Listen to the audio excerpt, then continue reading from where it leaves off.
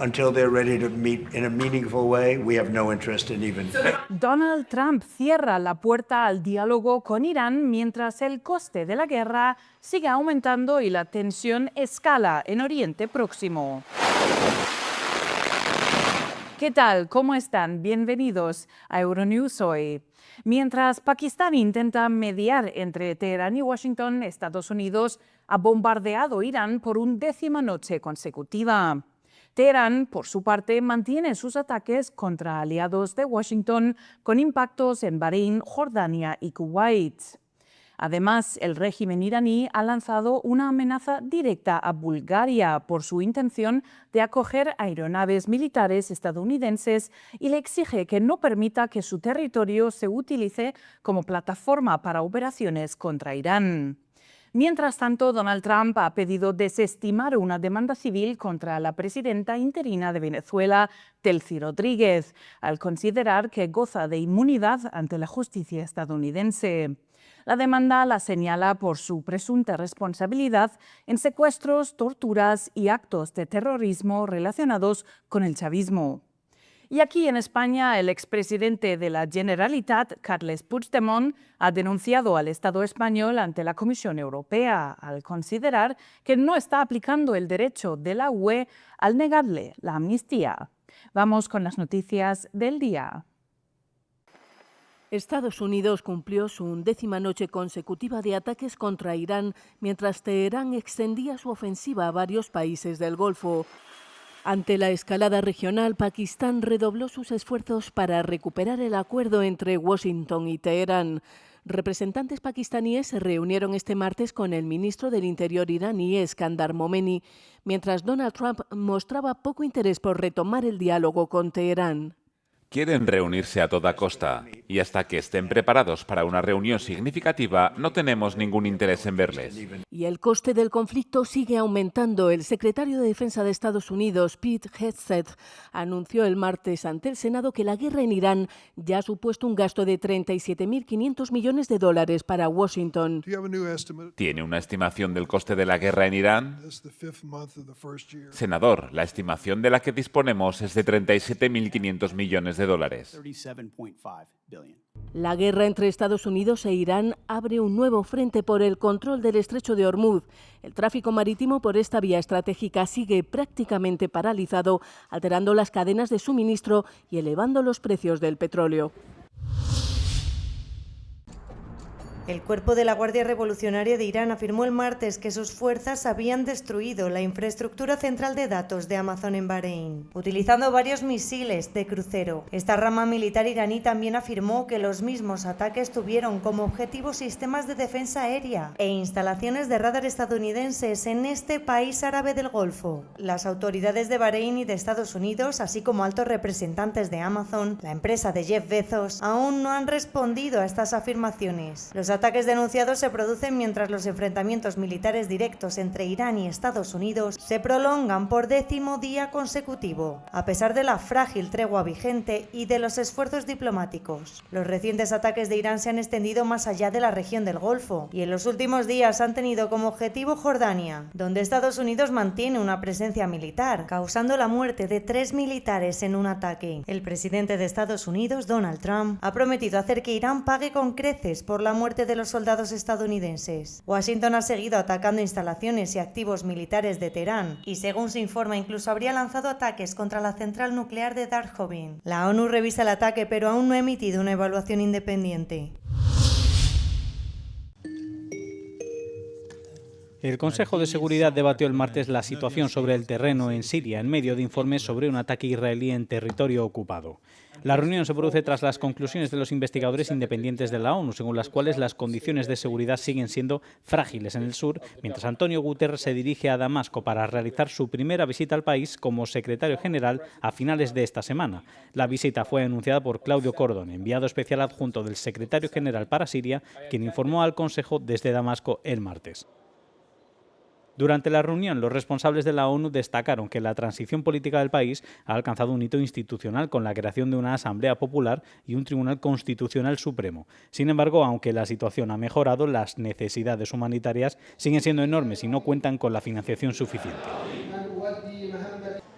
También destacaron que 2/3 de la población siria necesitan ayuda, dado que el llamamiento humanitario de la ONU cuenta con una financiación inferior a 1/3 y que la ayuda alimentaria se ha reducido drásticamente. Los organismos solicitan ayuda financiera urgente para reforzar el apoyo a las personas necesitadas en Siria. Antonio Guterres se convertirá en el primer secretario general de la ONU en visitar Siria desde 2009. Tiene previsto reunirse con autoridades y respaldar los cambios políticos en el país.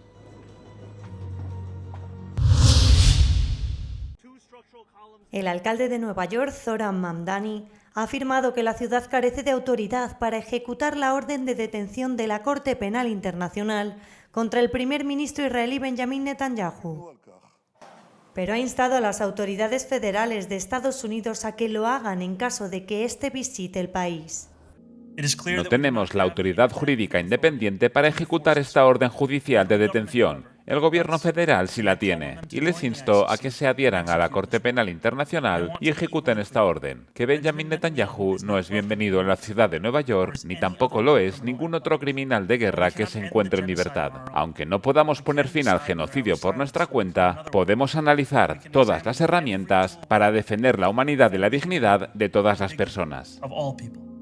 La Corte Penal Internacional dictó una orden de detención contra el primer ministro israelí en noviembre de 2024, alegando su responsabilidad en crímenes de guerra, entre ellos el uso del hambre como método de guerra, o dirigir intencionadamente un ataque contra la población civil. Además, se acusa a Netanyahu de varios crímenes contra la humanidad. La oficina de Netanyahu ha tachado a la Corte Penal Internacional de tribunal farsa y de farsa la orden de detención emitida contra el primer ministro israelí. El presidente de Estados Unidos, Donald Trump, reforzó ese respaldo el lunes al asegurar que Netanyahu no será detenido de ninguna manera, forma o modo mientras se encuentre en los Estados Unidos de América. El presidente de Ucrania, Volodymyr Zelensky, afronta una creciente presión interna en plena guerra con Rusia. Tras varios días de protestas y críticas a su gestión, el presidente ha destituido al jefe del ejército en un intento de rebajar la crisis política que sacude al país. Y mientras tanto, en Rusia, las autoridades han interceptado a un gato que intentaba entrar en una prisión con droga escondida en 2 collares artesanales. El presidente de Ucrania, Volodymyr Zelensky, ha destituido al general de 4 estrellas, Oleksandr Syrsky, como comandante en jefe de las Fuerzas Armadas y ha nombrado en su lugar al general de división Mijailo Drapati. La decisión llega tras varios días de protestas en toda Ucrania, provocadas por la destitución del ministro de Defensa Mijailo Fedorov, después de un creciente enfrentamiento con Syrsky. Los manifestantes reclamaban la restitución de Fedorov y la salida del comandante en jefe, mientras Zelensky, al anunciar la reorganización del Estado Mayor, destacó la labor de Syrsky en la defensa del país. Fedorov había acusado a Syrsky de frenar las reformas militares y de dividir el país. El general de división Mijailo Drapati dirigía hasta ahora las fuerzas conjuntas, un mando creado recientemente para coordinar el frente de Kharkov y sus alrededores. Cuenta con un amplio respaldo entre la sociedad civil y numerosos militares. Funcionarios del sistema penitenciario ruso han interceptado a un gato utilizado para introducir droga en la colina penitenciaria número 17 de Nizhny Novgorod. Según el Servicio Federal de Ejecución de Penas, el animal llevaba 2 collares de tela, confeccionados de forma artesanal, que ocultaban sustancias prohibidas destinadas a los reclusos. Los funcionarios lo interceptaron antes de que entrara en la prisión, y un perro policía confirmó que los collares ocultaban droga. Tras decomisar las sustancias, las autoridades dejaron al gato en libertad. El incendio masivo que asoló el sur de Francia está prácticamente controlado, según informaron las autoridades. Francia ha registrado hasta ahora una superficie récord quemada por incendios forestales a mediados de julio. Los bomberos han estado luchando contra brotes casi diarios en todo el país durante las últimas semanas. Actualmente se encuentra contenido dentro de su perímetro, lo que significa que ya no está propagándose de forma significativa. No obstante, seguimos teniendo algunos focos. Por eso estamos muy atentos esta mañana. En España, más de 600 bomberos y soldados, junto con 29 aeronaves, combatieron el martes por sexto día consecutivo un gran incendio forestal al norte de Madrid. Al igual que el resto de Europa, España ha sufrido 2 olas de calor consecutivas, lo que complica aún más las labores de extinción. Los científicos advierten que el cambio climático provocado por el ser humano es la causa de olas de calor más frecuentes e intensas, además de crear las condiciones para tormentas repentinas y destructivas. Los diputados y senadores franceses votan este martes un texto de compromiso definitivo sobre el proyecto de ley para prohibir las redes sociales a los menores de 15 años. Lord Miller, ponente del proyecto de ley, afirma que los responsables políticos franceses querrían imponer restricciones mucho más estrictas a las plataformas digitales, pero sostiene que la legislación de la UE limita su margen de maniobra. Según la legislación de la Unión Europea, lo único que se nos permite hacer, a través de una pequeña directriz que se aprobó el verano pasado, es establecer una edad mínima en la legislación nacional. El texto de compromiso fue aprobado a puerta cerrada por diputados y senadores en una comisión mixta el lunes. Solo la formación de extrema izquierda, la Francia Insumisa, se opuso al texto. ¿Decidimos imponer un veto tajante y generalizado de todas las redes sociales para los menores? ¿O decidimos, como defiende la Comisión Europea, prohibir únicamente las características nocivas de las redes sociales? Nos inclinamos por esta última postura. Otros países de la UE, como Grecia, Eslovenia y Suecia, tienen previsto restringir el acceso de los menores a las redes sociales. España está considerando prohibir las redes a los menores de 16 años y Austria a los menores de 14. Ursula von der Leyen abogó a principios de este mes por un acceso escalonado y gradual para los distintos grupos de edad a las plataformas digitales. Si empezamos por los más pequeños, los niños de corta edad, nada de pantallas. Luego, los menores de 13 años, acceso a las redes sociales solo bajo la supervisión de los padres, cuidadores, profesores y con un límite de tiempo. A partir de los 13 años, y esto es muy importante, el acceso es gradual, en función de la acreditación que aporten las plataformas de que son adecuadas para la edad y seguras para los adolescentes. Von der Leyen afirmó que la Comisión Europea presentaría una propuesta al respecto después del verano. Estas playas del noreste de Francia son un lugar de importancia histórica mundial. Por eso este tramo de algo más de 80 kilómetros de longitud podría inscribirse en la lista del Patrimonio Mundial de la UNESCO en los próximos días. Fue aquí donde el 6 de junio de 1944 desembarcaron más de 150.000 hombres, procedentes de unos 15 países. Más de 4.000 soldados perdieron la vida ese día. Pero el desembarco aliado supuso una batalla decisiva en la liberación de Europa del nazismo. La candidatura abarca las 5 playas del día D, Utah, Omaha, Gold, Juno y Sword, así como la Pointe du Hoc y el puerto artificial de Arron-Mas-les-Bains. Además de las playas del desembarco del día D, este emplazamiento con su puerto artificial figura en la lista propuesta de Patrimonio Mundial de la UNESCO, que dado el papel que desempeñó, podemos considerarlo equivalente a una playa de desembarco, aunque las tropas no desembarcaron directamente en la playa, sino que pasaron por este puerto. Este proyecto, puesto en marcha en 2008, también podría generar importantes beneficios económicos para la región de Normandía. Se prevé un aumento del 15% en el turismo si se concede la designación. El año pasado, cerca de 1,8 millones de visitantes acudieron a las playas del día D. La UNESCO se reunirá del 24 al 27 de julio en Corea del Sur para tomar una decisión. Las trayectorias profesionales tradicionales en las empresas están perdiendo su atractivo. Los jóvenes empleados se muestran cada vez más reacios a asumir puestos directivos. Los resultados de la encuesta indican que el 6% de los miembros de la generación Z no quiere ocupar puestos de alta dirección ni convertirse en jefes. En lo que respecta a las organizaciones y estructuras, esto supone un gran problema. Tomasz Szlarski señala que el número de responsabilidades en los puestos directivos se ha disparado recientemente y que el tamaño medio de los equipos ha aumentado de 6 a 12 personas. Esta generación ha reflexionado mucho sobre el equilibrio entre la vida laboral y la personal y ve claramente la carga que conlleva ser jefe. Así que por un lado rendimos cuentas a los altos cargos y por otro lado están estos equipos cada vez más grandes que necesitan aún más atención. Y aunque es una tendencia global, podría tener consecuencias especialmente dolorosas en Europa. La población en edad de trabajar disminuirá, especialmente en Europa. Por lo tanto, si no formamos a nuevos directivos, a personas que quieran ser líderes y asumir responsabilidades, nos enfrentaremos a retos cada vez mayores en términos de eficiencia. A diferencia de otros muchos problemas empresariales, es poco probable que este se resuelva rápidamente mediante la inteligencia artificial. Como señala el experto, no está claro si la tecnología resultaría eficaz en el papel de jefe, ni si los empleados querrían trabajar bajo la dirección de algoritmos.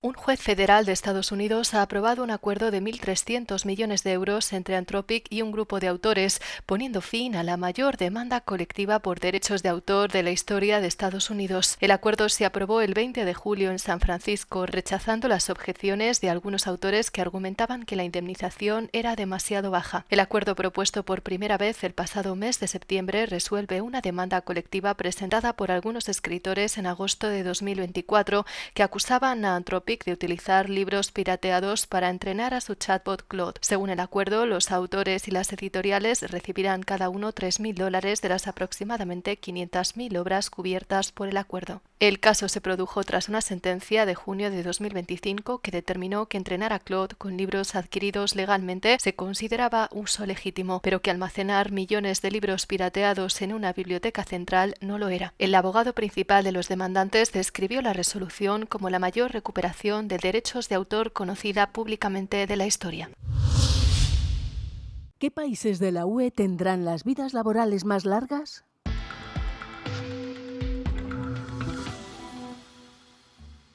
No es un secreto que la jubilación se retrasa y la vida laboral se alarga. La vida laboral media prevista en la UE no deja de crecer desde hace una década, según datos recientes de Eurostat. La duración media de la vida laboral de las personas mayores de 15 años en la UE alcanzó los 37,5 años en 2025. La cifra supera los 37,2 años registrados en 2024 y los 35,2 de 2016, pero las diferencias entre países son notables y parece existir una brecha norte-sur. Se espera que los empleados trabajen 40 años o más. Este es el caso de los Países Bajos, Suecia, Dinamarca, Estonia, Irlanda, Alemania y Finlandia. En el otro extremo de la tabla, Rumanía, Italia y Bulgaria tienen en promedio una vida laboral más corta. También existe una notable brecha de género entre los ciudadanos de la UE, ya que se prevé que los hombres trabajen 4 años más que las mujeres. Los hombres en Países Bajos, Suecia, Dinamarca e Irlanda tienen la vida laboral más larga, mientras que las mujeres de Italia, Rumanía y Grecia tienen las más cortas.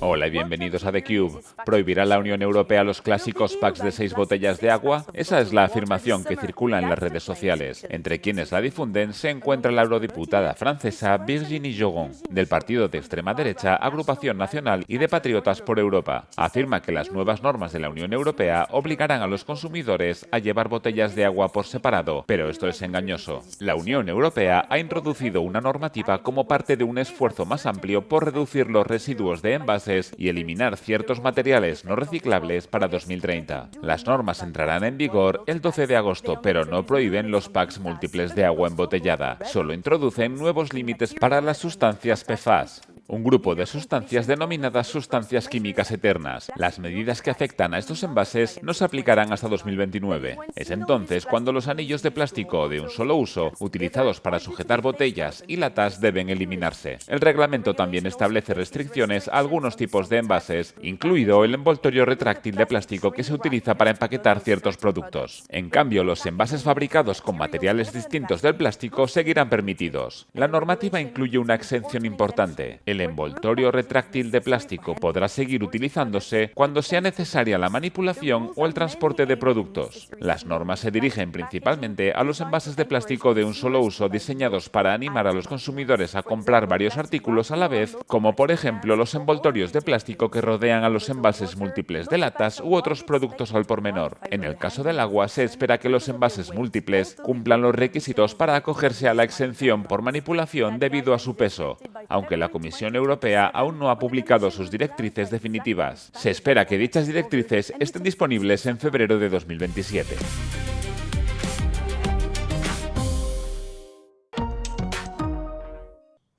Antes de dejarles con nuestro No Comment del día, les recordamos que pueden mantenerse informados de toda la actualidad de Europa y del mundo a través de nuestra página web y de nuestras redes sociales. Muchas gracias por acompañarnos un día más. Que tengan un feliz miércoles. Euronews, el tiempo.